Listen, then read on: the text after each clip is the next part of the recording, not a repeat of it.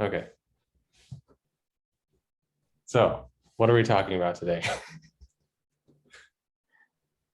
Well, I suggested that we talk about this idea of the intention, the human states of intentionality or concern, and how it is difficult, and how the structure of concern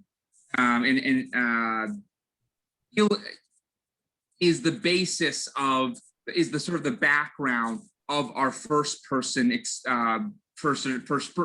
experience, and also the intricacies of our moral life. I've definitely been inspired. Dominique has mentioned Simone Weil, I think correctly, before, and I think also even Iris Murdoch, and they have a very similar idea. Yeah. I think Murdoch got it from Weil, of this idea of of concern, and particularly in this idea that, like, when we have a commitment to a certain object or person, we are always in a state of valuing and distinguishing between higher and lesser concerns, higher and lower desires, more wholesome or more based pleasures, and this kind of qualitative grading of our levels of intentionality or concern. I'm using concern and intentionality kind of interchangeably. Is really the way in which we sort of navigate our moral lives, from a phenomenological perspective.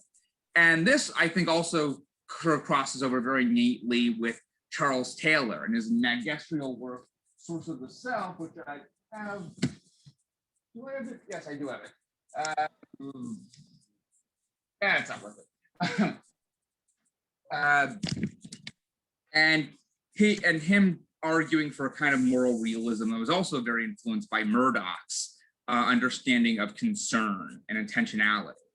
And maybe to sort of give, and I know this sounds a little abstract, so let me just give you a concrete example. Murdoch was famously not just a philosopher, she was also a very, and she argued that the art of writing a novel was a kind of moral act for her. In fact, in her mind, writing really cheesy, sentimental novels was in fact quite unethical, because it replaced the intention.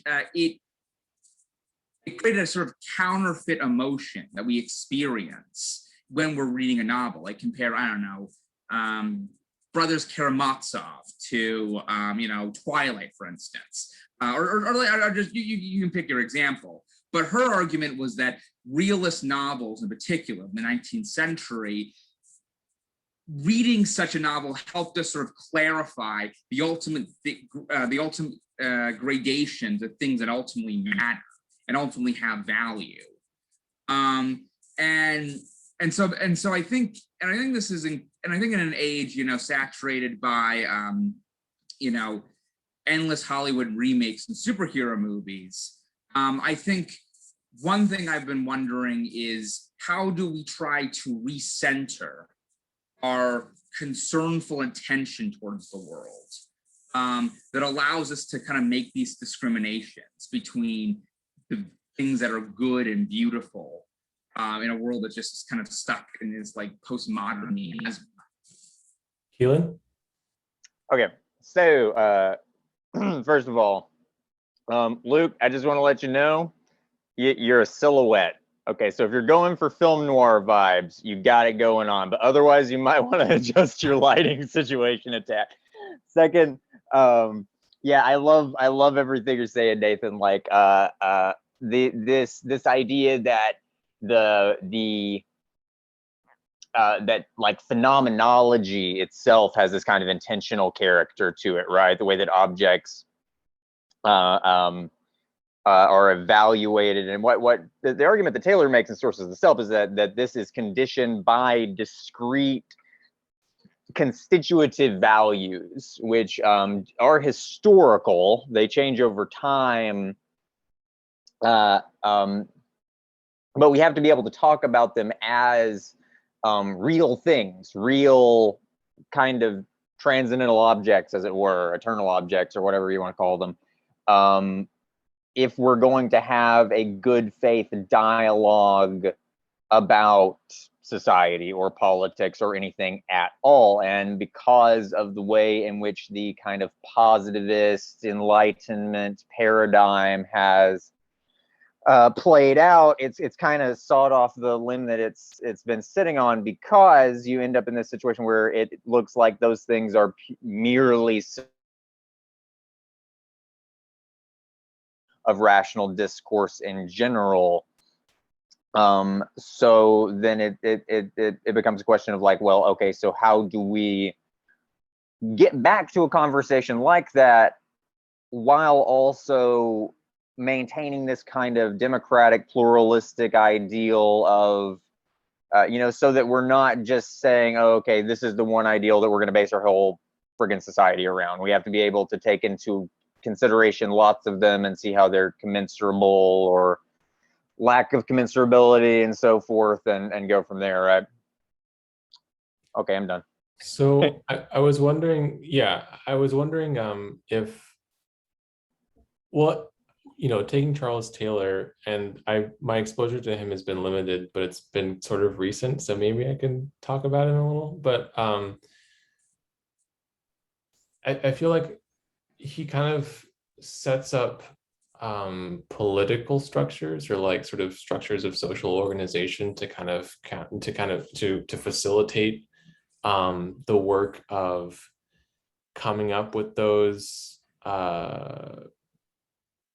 coming up with like the I guess, for lack of a better word, like moral universals.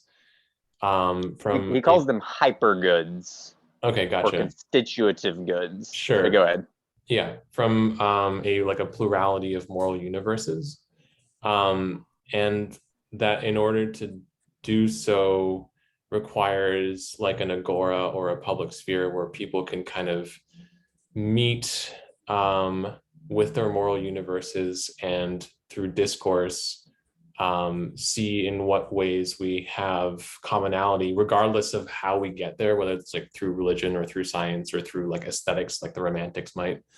But that the goal is to sort of say, okay, well, we may be coming from different perspectives, but what are the ways in which we align? And then like basically, I think his idea is that, well, those constitutive goods have been more or less like have been somewhat similar over time, and that it's just a matter of a lack of awareness of our commonality, and like the participating in something that is common and politically constructed as the way of sort of regaining that awareness. Super quick question, but is anyone familiar with Alistair McIntyre at all? I'm really not, but from what I understand of him, just in passing, it seems like he's onto a very similar thing as Charles Taylor in that regard. Yeah, I definitely think Taylor and McIntyre are working on very similar tracks and intersect somewhat. I also think this is probably more true of Taylor than McIntyre.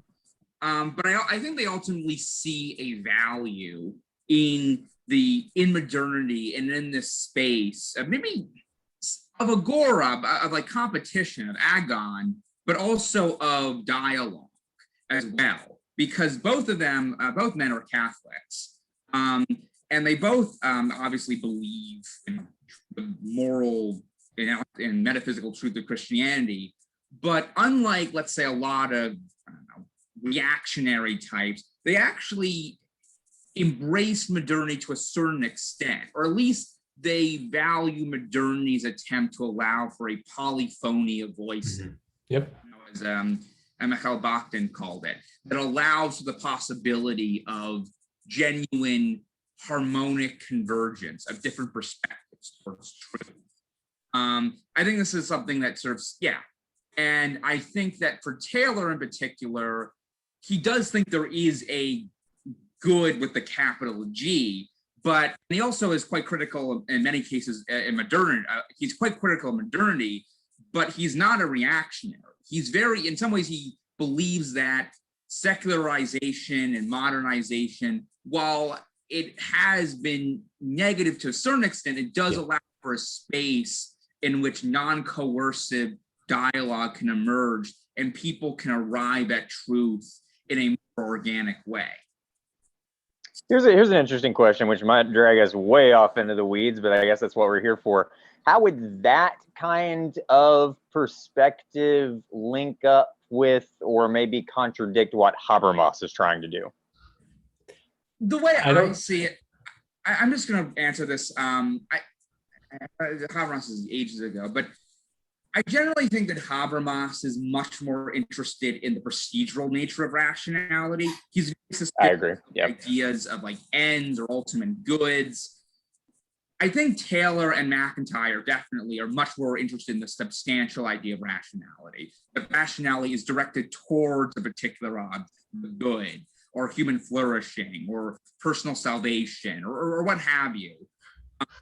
And I think this is also what makes, maybe I'm not sure about what McIntyre's political beliefs, but certainly with Taylor, this is why he has a qualified endorsement of liberalism. He does believe we should live in a pluralistic society in which there is freedom of discourse. But unlike a lot of liberals with a lowercase l, he does not think this is the end goal. He thinks this is just a means towards an end. You're saying Taylor is that way, right? Taylor's that way. Yeah. I'm not sure about McIntyre. I mean, I know he converted to Catholicism as a pretty, Orthodox Thomist. So I don't know. Once you go the road, come back. So. But I think that doesn't really have a lot to do with his. I mean, look at Bruno Latour. He's a practicing Catholic, and none of his religiosity comes out in any of his work. But in regards to Habermas, Taylor, and McIntyre have one thing in common, and the one thing they have in common is the Enlightenment motif from Kant, which is the distinction between the practice of public reason and private institutions, right? So Habermas would agree that the public sphere is where any free agent is allowed to practice their public reason. I don't think Taylor or McIntyre, although I thought McIntyre's end basis was eudaimonia. Like I thought it was based on a kind of Aristotelian virtue ethics as opposed to a more Enlightenment ideal. That's what I've read from McIntyre. So, but anyways, I see this entire Enlightenment move of like the Kantian gesture of the practice of public reason as a very modern gesture. It's a very, anyways, that's what I was just thinking. I don't think there's a big distinction between all of them. I think they more or less have the same ethic, the same practice. Telos? Yeah, telos, or praxis. Nathan? I was just going to say that I think that is correct with McIntyre being an Aristotelian virtue ethicist, although I will say that he does retain a residual Marxism from his earlier days as a philosopher, and he does believe that like Taylor, that certain historical conditions fundamentally shape in the way that we practice certain virtues, like the virtues of the Athenian polis is very different from like the medieval church or modern day society, and so he doesn't think that an unqualified reconstruction of Aristotelian or even Thomist ethics are possible. You have to understand the historical conditions have shifted greatly, but he still thinks that project is very much worth recovering. Okay, so bringing this back to the question at hand, and Chris, just to kind of dogpile into what you were saying, I think that Hannah Arendt, we mentioned her briefly before we started, kind of has a similar core aspect of her philosophical project, which is sort of like the navigation of separating the public from the private and facilitating like a political life or a life of citizenship essentially, and like how discourse can or discourse and the structures that facilitate discourse also lead to like things like freedom and justice and like common social goods, that sort of thing. But like the question had to do with something to the idea of cultivating like either the structures or the mindsets that would cultivate and the construction of a moral life or a moral hierarchy to some degree, or like a system of value that we can have in common, versus just sort of like you're saying, kind of like leaving it to this postmodern or postmodern free-for-all, and what role attention,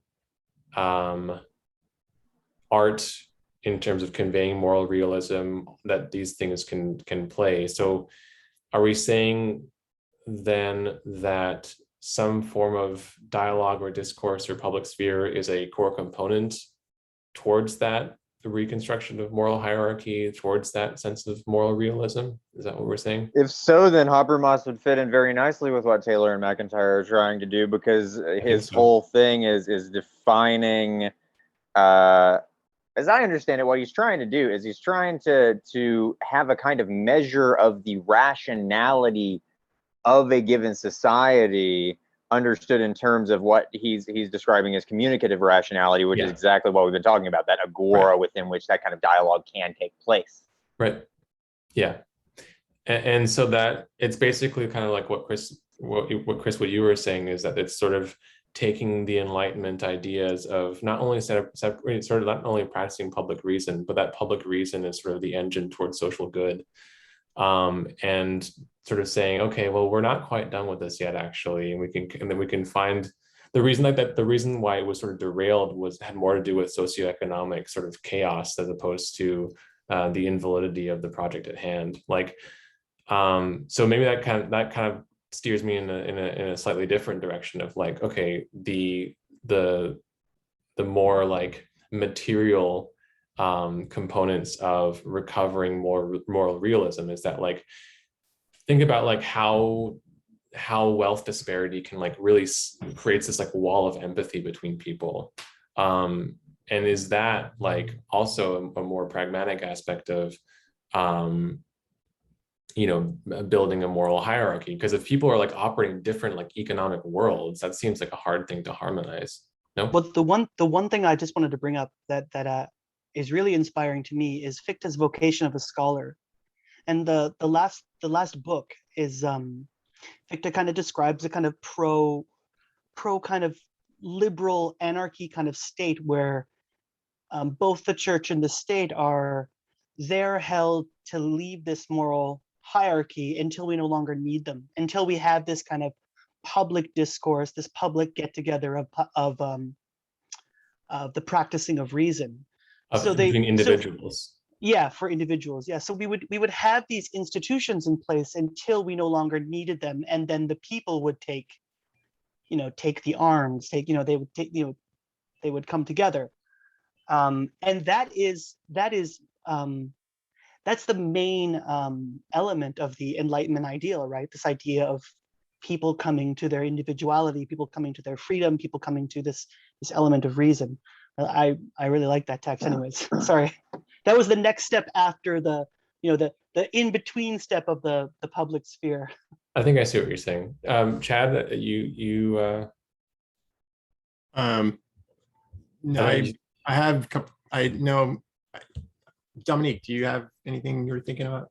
Yeah, I was thinking about, it seems like one of the things that can help ground what we're talking about, this tension between the individual and the public good, is kind of like if we delve into the nature of what the good is. It seems like for Murdoch and Fay, as I understand them, like the good is intimately connected with like otherness, it's like to make space for the like a just and loving gaze for the otherness of the other person. Therefore, it seems like a societal good wouldn't like become ossified because it would also always be like seeping back into the kind of micro cultures of different economic statuses or different individuals. Yeah, it's like we were talking about like the intentionality of consciousness towards objects. It's like, well, what kind of objects are we looking at, and what it seems like we would want some kind of thoroughly imminent notion to both make the particular organism in front of you kind of present, as well as to make a kind of a higher level social organism present. It's like something that captures both, and the good is very vague, but there's a sense of, I wonder how you guys are thinking about that too. Nathan? Mindfulness? What type of attunement do we have towards the good? Sorry. Oh, Nathan and then Luke. Yeah, I mean, the way I see it is that we often, when consciousness or intentionality is directed towards an object, you know, in like our naive state of the world, we just sort of accept each object that's in front of us as just being reality itself. And then we have to gaze deeper and with more intensity and move from simply glancing at objects to contemplation, seeing beyond them and seeing deeper. One thing I was just thinking about, maybe came to my head with this idea of like, you know, with Weil, I'm saying it correctly, Weil, and I think It's Vey. Vey. Yeah. Which is really, but whatever, like W and M. Yeah. With The W trick and with M. French words is you have to abandon them. halfway Simone and through. Iris. Just Simone, as yes, long as Simone- just as long as nobody ever says Wittgenstein. It's actually Wittgenstein. No, I'm normally Thank you, used to saying doctor. I'm normally used to saying Wittgenstein, but I hear people say it all the time, and it makes me cringe when I hear someone say Locke or like Wittgenstein or Wittgenstein. Anyway, sorry. All right. Good continue, news. I know sorry. how I'm pronouncing these from here on out. with Simone and Iris. Yeah. This idea of the good as being other, and ultimately, I kind of feel that the way I say it is the difference between having true, genuine love, whether it be agape or eros, and then the kind of like cheap pornography of sense of titillation that is like very present in our society. I mean, even just focus on this further. Like, I would argue that in spite of the massive sexual revolution we've had and the ability of people to form all sorts of different relationships that were once considered to be forbidden, we unfortunately still live in a profoundly pornographic society, not an erotic society, where we actually our concern is actually directed toward another human being, and through that act of love is a kind of emptying or unselfing. We just see people as hordes, as just chunks of flesh that we gratify our Or own data. we gratify our own egoic, our own egos and our own hedonic gratifications. So I think this is that's a good intervention for Simone and Iris's idea of like what concern is. It's going through all the false images and junk value that have kind of been just shoved down our throat and make us not able to see the depths of reality. I'm a little confused why we jumped right to the other. I'm not really that familiar with Iris, but I know Vey quite well. Yeah. But I'm wondering why the good is equal to the other right now. Before you know, before it's conatus or striving to be or a desiring of the good. Why we've just taught them I that. was just Are we- piggybacking on I was just piggybacking Sorry. on Dominique's point. I just to maybe just bring us down to size. You know, I'm just talking about how phenomenological selves and their concern interact with other objects. I mean, we can talk. Well, yeah, I was just sort of framing it in the way that the conversation was moving. I think I can comment on that specifically, and then Keelan, just from my understanding of Taylor and Iris Murdoch, and this is, I could be totally wrong, but if I'm intuiting it correctly, the good is sovereign. Like it's its own other, it's its own dimension, like separate from God. It's like transcend. It's like what I got out of a little bit of Taylor's work that I was able to really grok was he describes like moral space, like the good is like a spatial dimension, like in the same way that you orient an up and down, right and left, you're orienting in the space of good all the time. Like you can't not be in it. And so like every decision we're making is in some way in alignment or not. It's being contextualized by the good in that sense. If I'm Are we understanding. then doing this Levinasian? I'm sorry, and then Luke can talk. I'm sorry. Are we then saying this Levinasian or Huberian move that metaphysics is equal to metaphysics is equal to ethics, like I and thou, or the infinite totality of the face of the other? Is that the kind of what we're trying to, the areas that we're trying to open up? So Because I see this kind of move that we're gesturing towards this, you know, in regards to phenomenology, Buber and Levinas fit in quite nice to the picture that everyone's kind of displaying here. Especially with the good being the other, the sovereign, both God and totality and infinity. Levinas makes, you know, the I and the other in this infinite space. It could be God, it could be the other, always the other, the third, within the relationship, you know, between the two in this kind of event. Anyways, I'm sorry. yeah, no, you're good, Chris. Oh, I was thinking like need good be, well, I shortened that sentence far too much. Like just to clarify what I was trying to say, I don't think there's an identity with good and other. I think if we're looking at it from what, like, there's no view from nowhere. So if I'm speaking from my orientation to the world to like create, I think I'm using the Heidegger term correctly, like a clearing for something beyond oneself, or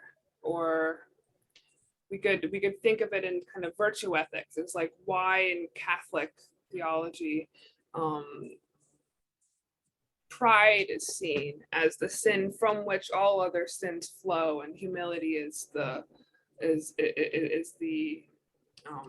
antithesis. supreme virtue. It's like there's a sense of placing oneself more correctly within the cosmological order of things, not as a kind of negative inflation. Oh, it's other, therefore not me. It's kind of this. Okay, so I'm going to try and pull a resonance, Raymond yeah. and tie everything together. So Luke, you go first. Oh yeah, okay, that's fair. Okay, so sorry, there was a lot going on, so I'm gonna try and touch on a couple of different things now. I kind of want to go back to first what Dominique said. You're talking about like an attunement to this good, whatever.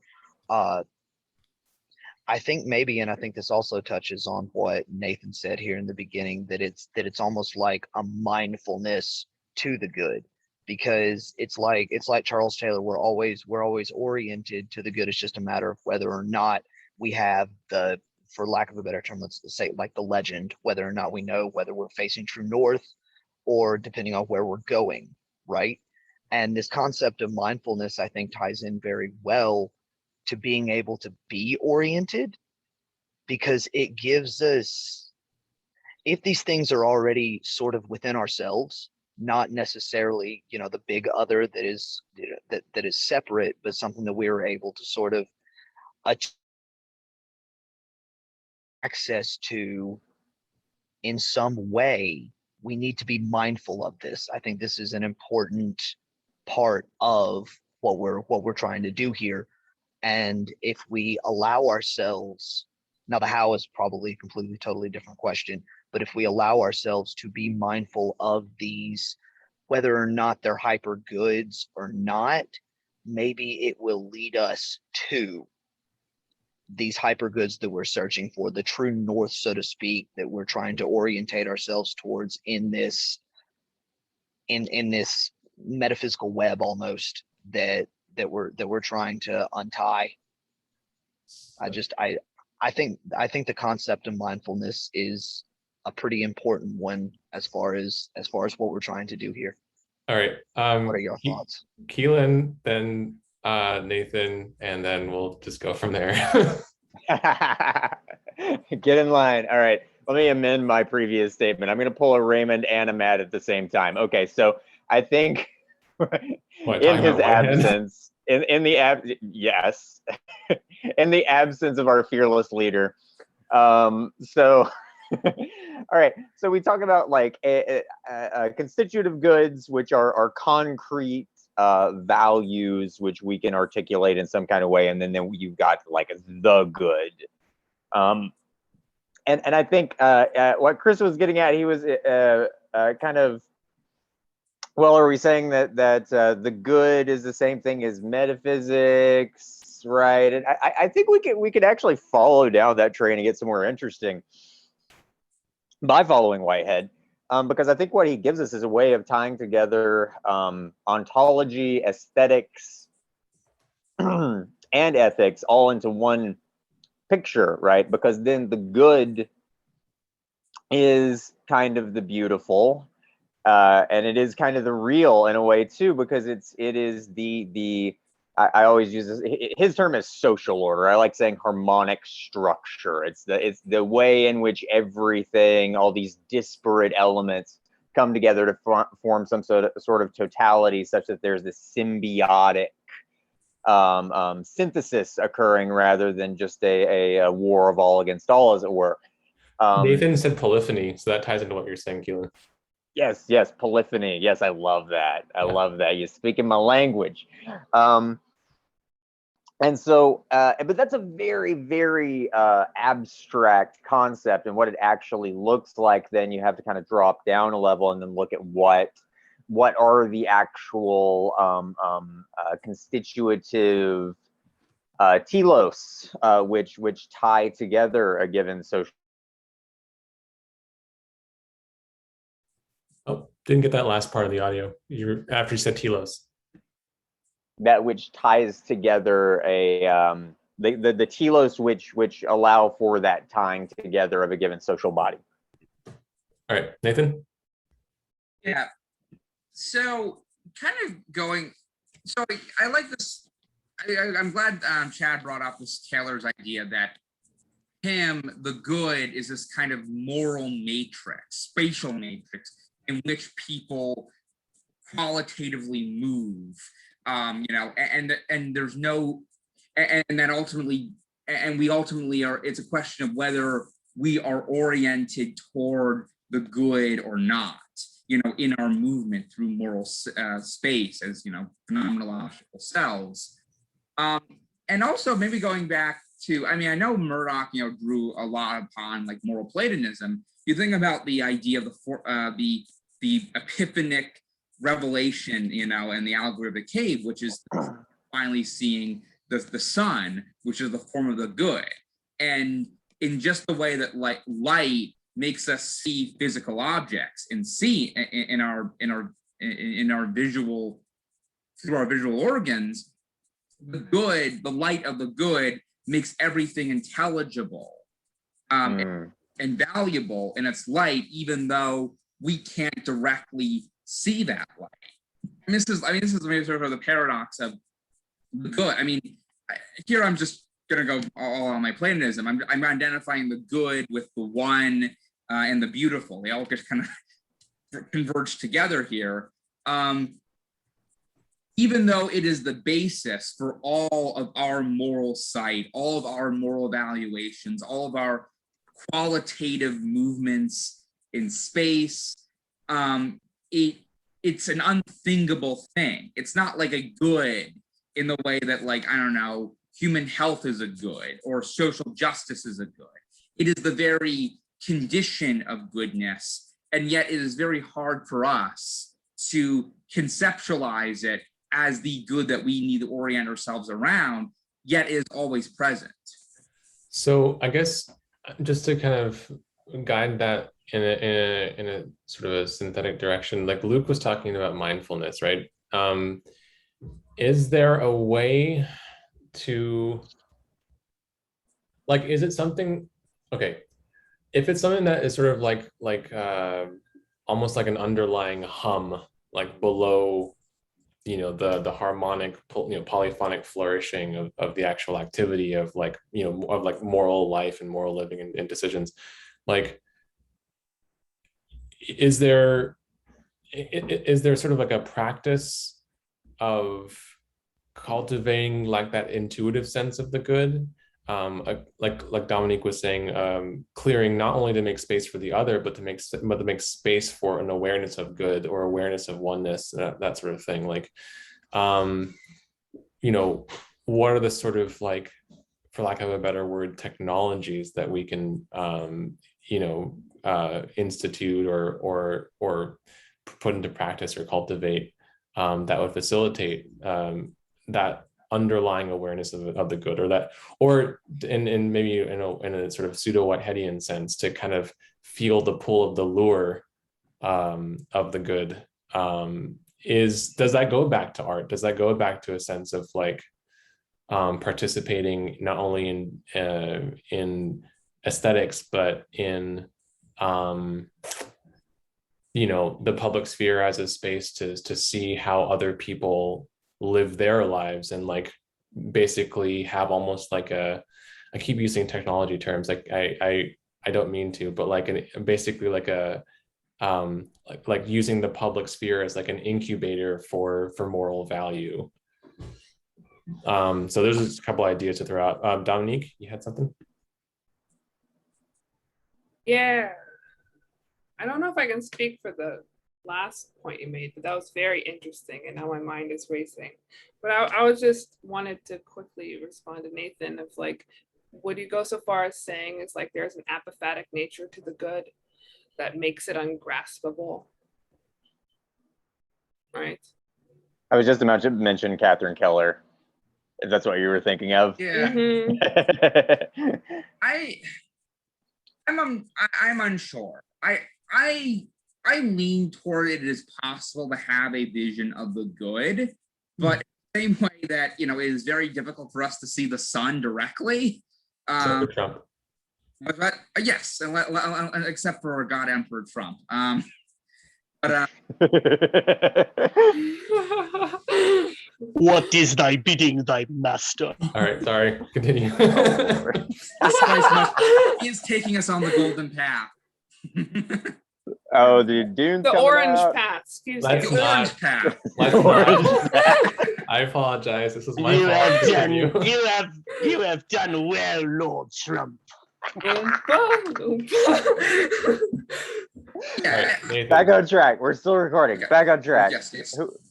Toward the good. Yeah, I suspect that it is contemplatable. I don't know if it's graspable, if that makes any sense. It is something that we can direct vision towards. What does it mean to contemplate, though? It seems like that is a kind of like a space making within yourself. I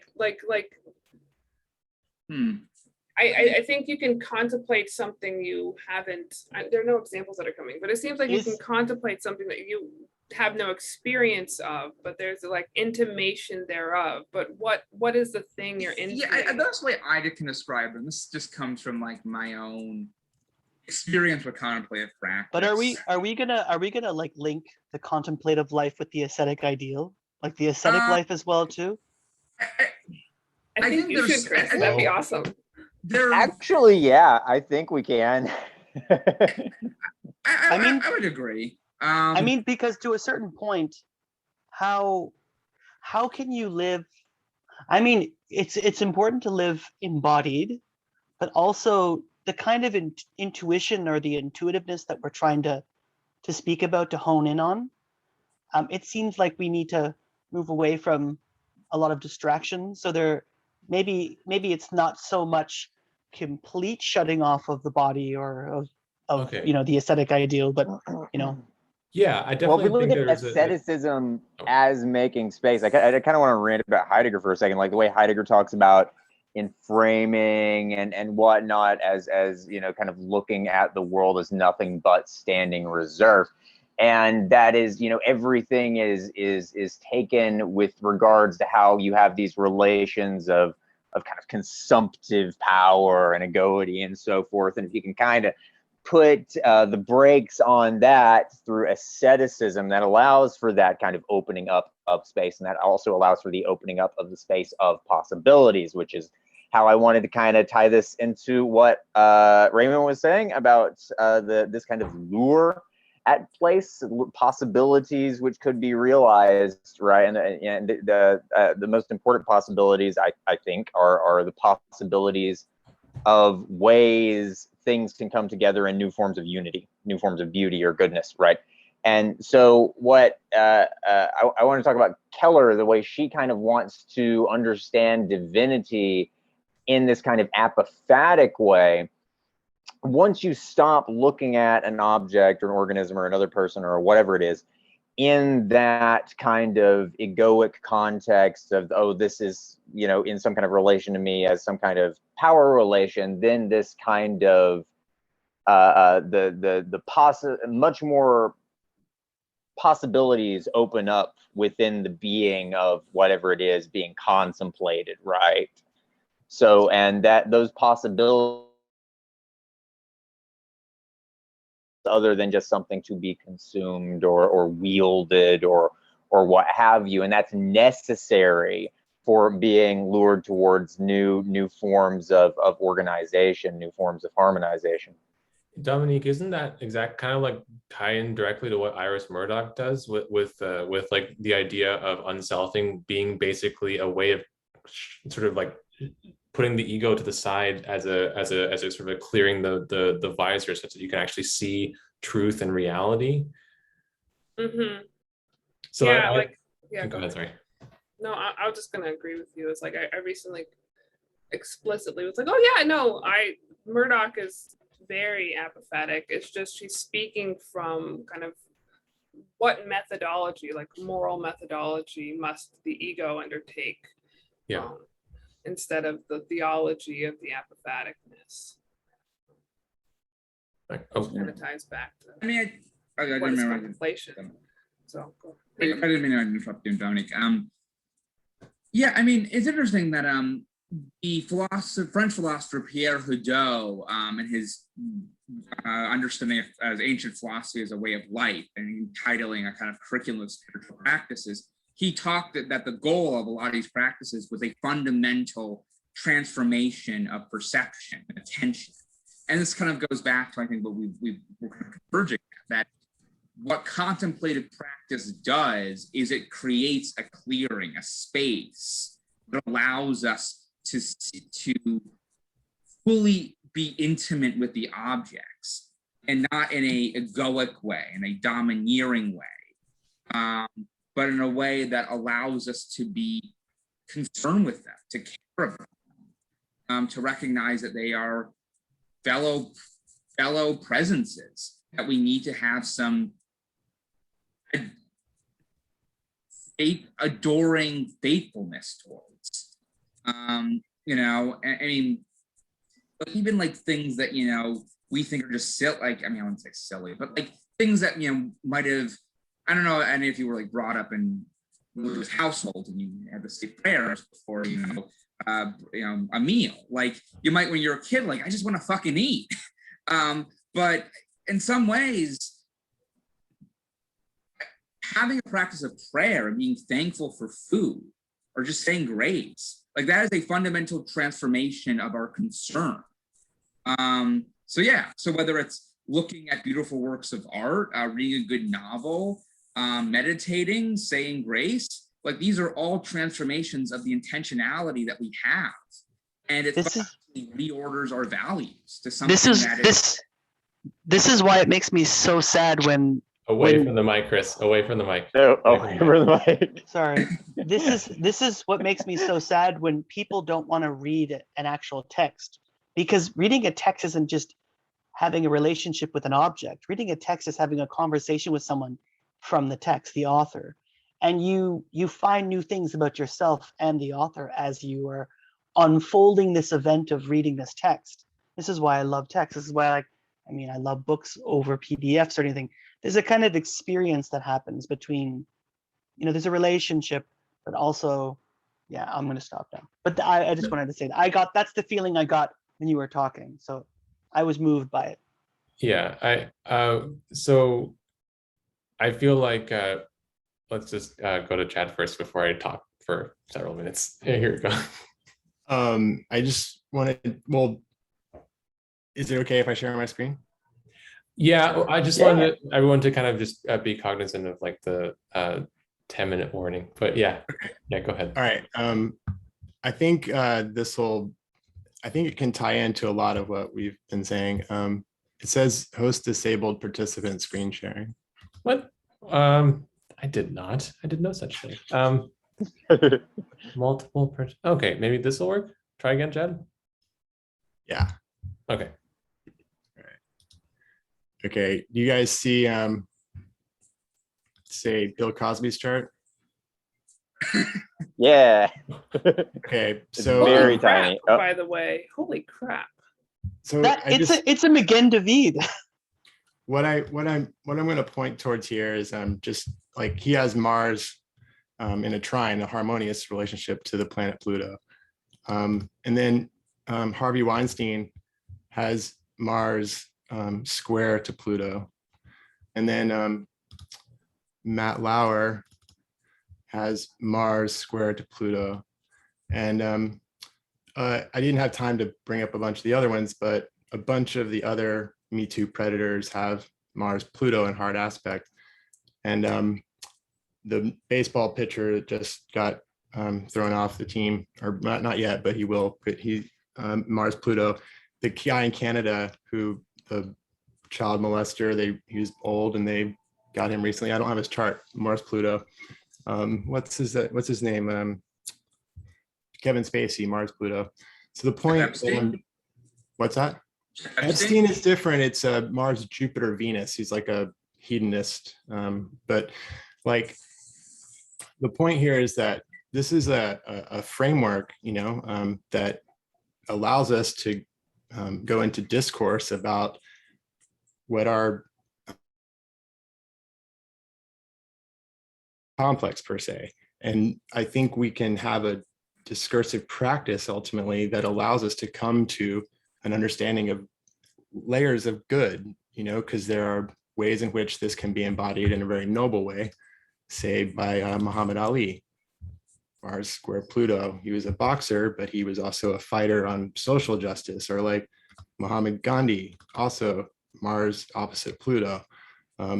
So like you can see where a noble expression of that complex is had, and then you can see where less noble expressions are embodied. And it's a template upon which we can see that. And then just to specifically tie to what Nathan was saying about the good, and like how the sun allows us to see the visible world, but it's what astrology does is it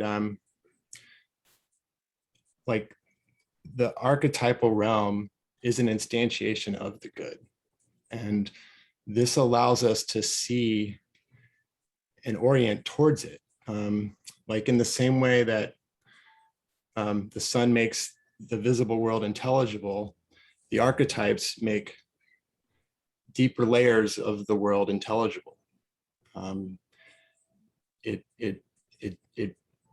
so much of what we were saying through the course of the discussion is left brain, right brain stuff, like moving into like pornography and like breaking it up into parts and taking it out of context, rather than like eros is like the orientation towards erotic impulse, rather than it being like compartmentalized and fractal. out. So like there's a way in which I even think that astrology itself allows for more right brain activity. I mean, you have to move into contemplation, in a deeper contemplation to try and gain insight into how the archetypes are manifesting in any given event, or like in your own life, you know. It kind of demands a right brain or engagement. And so much of our problem, I mean, it's difficult for me not to see it this way lately, but like what just happened in Afghanistan, it's a right brain deficit problem. It was our inability to know and connect in meaning with the ground, with the Afghan soldiers, and what, you know, like, you see what I'm saying? It was a bureaucratic left brain compartmentalization of our experience there, rather than a deep embedded knowing of the layers of meaning that are, I'm not making that very clear. Yeah, sorry, I tangented a bunch there. No. No, I no. think what you said was great. So I guess basically, you're kind of making like like a two-part statement. Like one is basically in terms of a framework with which to orient ourselves around the good, like this would be it, and that there are sort of positive and negative polarities of archetypal movements that we can learn from and orient ourselves to. And the second part was like basically this idea of attention, mindfulness, sort of making space for the other, and so on, is more of this like softer, more creative approach to life versus a discretizing, hyper-rational, bureaucratic structuring, or like, you know, sort of like ossification process of the world into like solid blocks, which was to kind of like put into different boxes in a way that's like, you know, actively harmful and othering in a bad way, like othering in a sense of like shunting off into the separate. And like it's like a battle between those two frames of mind almost, or not maybe a battle, but like there's an integration process that needs to happen between the two. Yes, and it seems as though we've become way too much left brain dominant. It's like, it's why we're so compartmentalized culturally, and even our own personal identity is like, you know, I mean, we've lost so much of a sense of communion and collective community, you know, because I mean, I'm gonna get too long, but like, you know, it seems like this whole process is a movement from we, tribal consciousness, to I consciousness in the modern era, but back to we. Like, if we don't move back to a we understanding and how we're not actually separate from each other and from the world, that's the fundamental disconnect that's leading to the destruction, is this idea that we're separate from nature, and that nature itself is separate, that it has separateness at all. I mean, it's not, it's a continuum. And it takes right brain engagement to move into that understanding now, because we're so caught in this left brain dominance. And so I was just pointing towards, yeah, like astrology is like, it requires right brain, but it also gives us this like public discourse aspect of how we can come to understanding and of what's happening in relationship to goods and our experience. And it's a phenomenological, you know, it's like we're watching experience, like people embodying their transits, like when the rapes happened or whatever, you know what I'm saying? Like it's a participatory process that allows us insight into what's happening phenomenologically in time, but it has a structure to it. It's grounded in mathematics and the movements of the planets and in the solar system, you know? So it has this like external dimension, but it's the discourse of understanding how it comes through that allows us to gain meaning that transcends, like, in a sense, what we're seeing just in the day-to-day world is the cave of shadows relative to this perspective. Like we're just seeing the surface, whereas there's a lot more meaning underneath that connects to the good, to the divine, to the creative intelligence in the universe itself, that's giving voice, that's inspiring, that's breathing all of this into life. Does that make sense? Yes. So let's tie a nice, neat little bow on it real quick. Yeah. If you could do that, What Keelan, I thank you. just I would- the First, you want to unshare your screen. Yeah. Thanks. I was just thinking that Chad really needs to read Rosenzweig. Like, you would love him. The Star of Redemption. You should check him out. He's awesome. We should all read McGilchrist, because like when I'm reading through it, he keeps bringing up all the philosophers that you guys are talking about, and bringing it into left and right hemisphere. You know, he goes through Heidegger and Ponty and Hegel, and you guys would understand that because you know them very well, and how he's gaining insight. And I think you guys would understand what he's saying about right and left hemisphere. It would help you understand it a lot better. You would understand it really well, I think. So I think All the right, way that we can tie what Chad's saying in with everything else here a little bit more clearly, maybe is that when we talk about integration and wholeness and the good as being in some sense that, or possibilities of that which lure us towards the future, and what the archetypal astrological perspective gives us is a way of identifying specific forces, archetypes, as it were, and their interactions such that we can have a kind of conversation, either on a personal level or a social level or what have you, about how those elements may be interacting with each other in a synergistic way, or in such a way that there is a kind of discord that brings about disruption and strife and so forth, which I think we could say are necessary, but don't necessarily have to be as traumatic. And that's all I got to say. Okay, so I will say that's probably a good stopping point for tonight. I have to jump off, so we can stop the recording, and then if you guys want to stick around, I suppose I can just switch the host to someone else, and we can continue from there. Does that sound good? Yeah. Yeah. Okay. All right, fun time, guys. Thank Later. you, Raymond.